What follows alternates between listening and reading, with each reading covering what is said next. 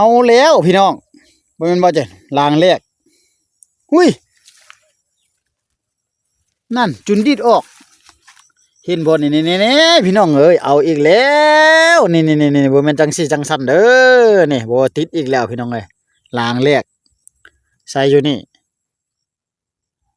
บ่เอาอยู่พี่น้องเอ้ยจักแม่นนกคุ้มจักแม่นหยังมื้อวานก็คือกันเบิ่งไปลายลางก่อนพี่น้องขออนุญาตจังค่อยจะมาเก็บตามหลังเอาเด้อพี่น้องเด้อเอาลางนี่ก็ลั่นพี่น้องนี่เบิ่งดีๆพี่น้องเบิ่งดีๆเบิ่งดีๆนี่นี่ตัวนี้ลักษณะ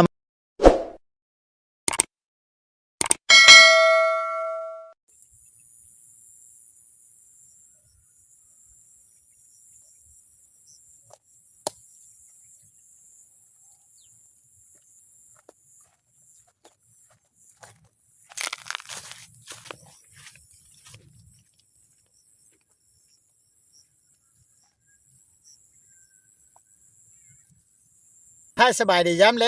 งพี่น้องที่เข้ามาเบิ่งแล้วครับซุ่มน้ำกันพี่น้องเอ้ยมื้อนี้ก็ที่ว่าเบาจันก็ออกมาตักดอกคุมตอนค่ำค่ายแรงประมาณนี่พี่น้องเอ้ย4โมงปลายแล้วนี่เห็นบ่นี่4โมงปลายจนฮอด5โมงยังเลยพี่น้องเอาซิงมาคือเก่าเมื่อวานเอามา8มื้อนี้เอามา6เอามาลดลงพี่น้องเครื่องเสียงคือเก่าเนาะจะใส่อยู่ตามน่ะทั้งหน้าและทั้งหลังเบาจันนี่แหละนี่ใส่แบบนี้พี่น้องในมื้อวันเบาจันมาใส่ทางถึงแต่ว่าเดี๋ยวนี้ก็มาจุดเก่าใหม่เดิมเด้อแต่ว่าทางถึงหั่นแต่ว่ามันต่ำแล้วมันซิงหั่นตกแล้วมันบ่ถึกแต่ว่ามื้อนี้มีเวลาโอกาสมาดักให้พี่น้องได้เบิ่งเติมอีกบาทหนึงรอบนี้ฮะว่าจะเข้าหรือบ่เข้าก็มาติดตามรับชมกับเบาจันกันเลยไปขออนุญาตใส่กันเด้อบัดนี้นะ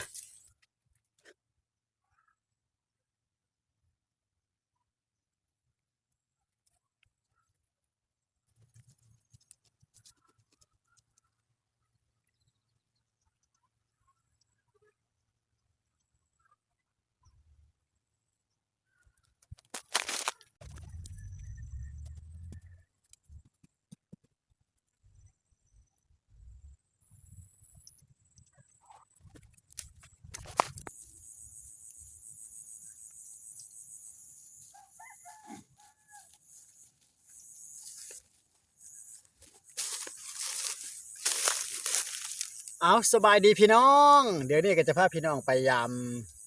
ซิงดักนกคือเก่าพี่น้อง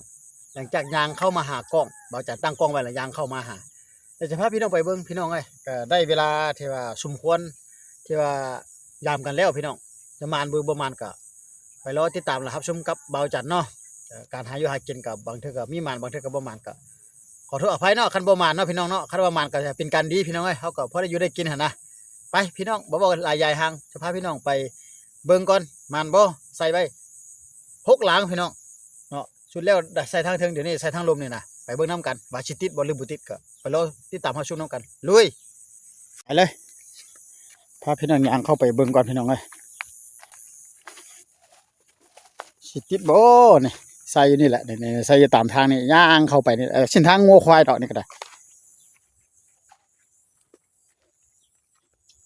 เส้นทางงัวควายเอาแล้วพี่น้องบ่แม่นบ่จ้ะลางแรกหุ้ยนั่นจุนดิดออกเห็นบ่นี่ๆๆพี่น้องเอ้ยเอาอีกแล้วนี่บ่แม่นจังซี่จังซั่นเด้อนี่บ่ติดอีกแล้วพี่น้องเอ้ยลางแรกใส่อยู่นี่บ่เอาอยู่พี่น้องเอ้ยจักแม่นนกคุ้มจักแม่นหยังมื้อวานก็คือกันเบิ่งไปลายลางก่อนพี่น้อง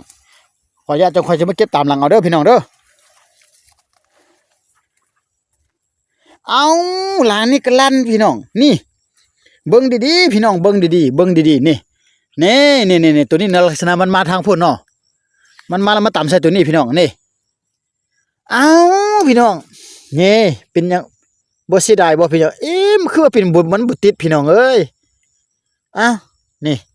จนว่าดึงมาฮอดอยู่พี่น้องเอ้ยยังบ่ติดอีกเอาแล้วมันจะมีโอกาสถึกอยู่บ่แบบนี้นี่ไม่มันต่ำเดี๋ยวไหนวะโอ้ยขออนุญาตเบิ่งไปลายหลังก่อนพี่น้องยังมี5หลังพี่น้องโอ้สิบ่ถึกเลยบ่2หลังนี่ลั่นเลยก็หั่น เสื้อพัดหลังนี่กลางอยู่พี่น้องนี่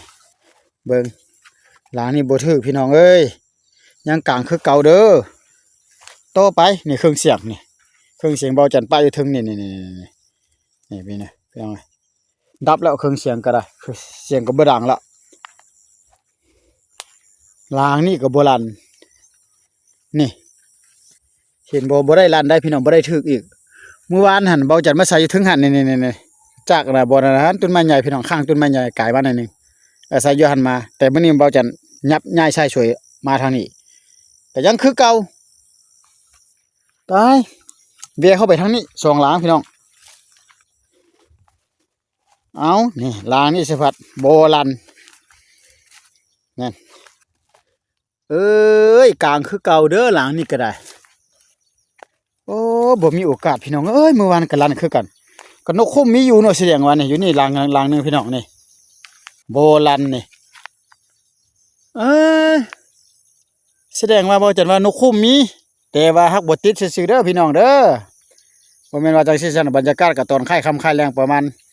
เดี๋ยวนี้ก็5 โมงไปพี่น้องเอ้ยเอาบ่จันจะขออนุญาตเก็บสิ่งก่อนพี่น้องเอ้ยเก็บสิ่งแล้วก็จึงค่อยมาสรุปผลงานบ่มานเนาะแต่ก็จะสรุปให้พี่น้องได้รับรู้นํกันต่อไปเลยพี่น้องเอ้ยเก็บสิ่งก็เด้อพี่น้อง